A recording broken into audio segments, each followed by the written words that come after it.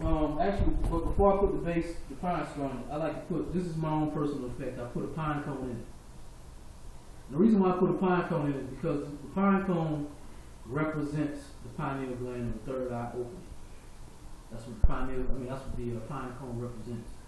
If you ever go look at pictures of the Vatican, they have a big pine cone sitting outside the Vatican. And that's the purpose, that's the reason why they got it sitting out there. That's part of the reason why they got it sitting out there. But the pine cone represents the third eye opening, the pineal gland opening. So I like to put a pine cone in there first. And then I put my base in it, whether it be pine straws or whether it be cedar. But like I said, either one are very good, very, very good. And there's no certain amount, it's just a matter of how much you feel. There's no certain amount how much you can put in or how much not to put in. It's just based on what you feel. But of course, just be aware that however much you put in there, if you put a lot in there, I put it like that, that's how much more smoke you'll get. And that's usually why it's real smoky when I do it, because I load it up.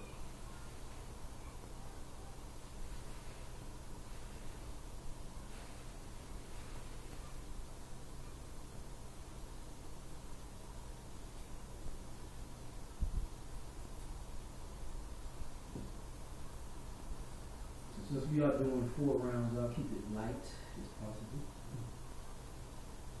So again, that's my base. My pine straw or cedar goes in there. Well, I put the pine cone in there first, but most people, you don't have to use a pine cone. That's just my own personal thing. But definitely the cedar or pine straw first. Then I go with my cedar. And you're just breaking it off, you can put a whole piece in there. But I just break it off in pieces just so it can get all over,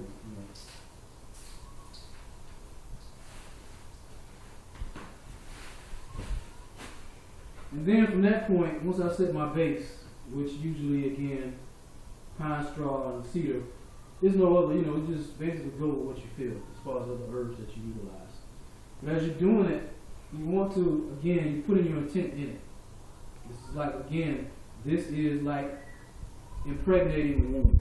This is what we're doing right now. We're impregnating the womb with our intent, what it is that we're working to create, manifest, release, all those wonderful things. So I'll go with spirit next.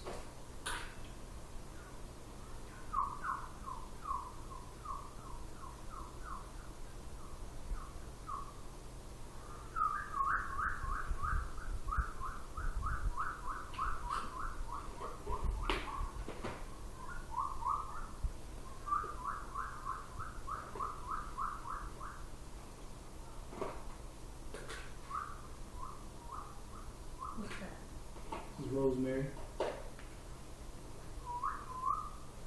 And then I'm going to put peppermint leaf. So I got spearmint and peppermint. And then I'm going to put the peppermint oil in it also. So it's going to be double peppermint. This is lavender. Large pieces of, even though they're not really large, it's just called large. So lavender. Sage, this is pineapple sage.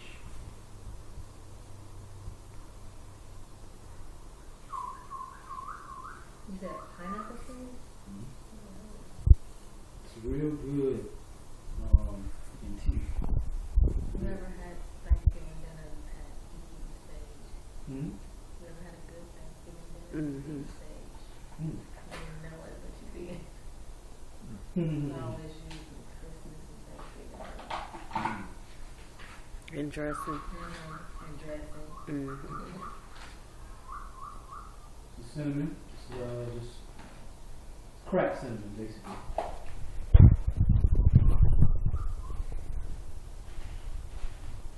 This is eucalyptus.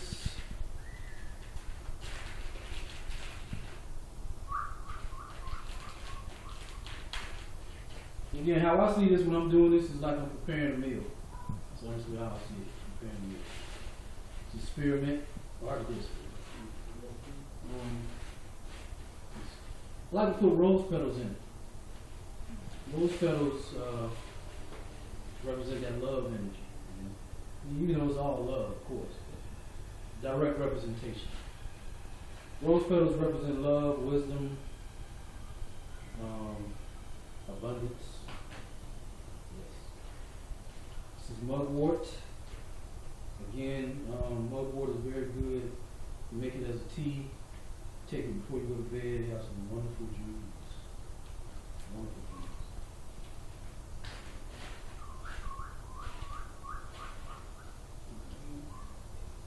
Tobacco.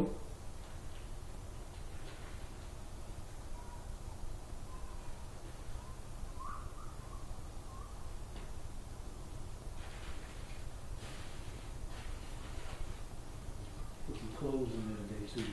I haven't used cloves at all, but I like the idea of cloves being in it. It just feels good. That's all you're going with anyway. So it feels good to you. That's why I say there's no set thing, set way of doing it. What you put in it. Just as long as you know what you're doing. That's all that matters. As long as you put your intent and understanding what you do. That's the only thing that really matters. Because it's your work, your magic. Then from that point, once I set the herbs in there, I typically like to put burning Frankincense. Thank you. Frankincense. I mean various ones. I got all kinds. Frankincense. Some other blends that I have. Golden copper. Some other ones. But I just put them in there.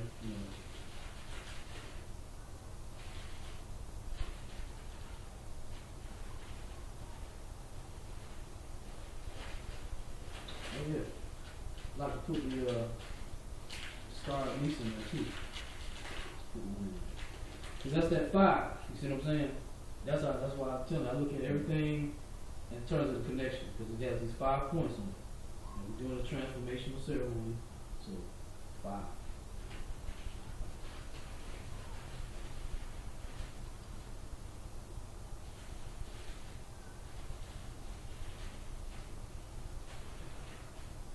Then once I do set my frankincense and other small type of burning herbs or charcoal, what's the proper name? I can't think of the proper name.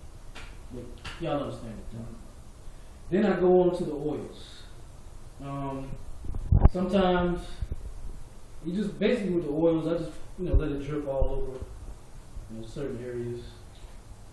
Part of the reason why, besides of course the effects of the oil, that in terms of why I put it in here, is because the oil helps the fire to move throughout the collar. That's the other reason why I put it. It helps it. It flows so much easier and smoother when you put the oils in it. The fire. And these are only essential oils. I would recommend that. I definitely would recommend putting like olive oil and things like that. Okay.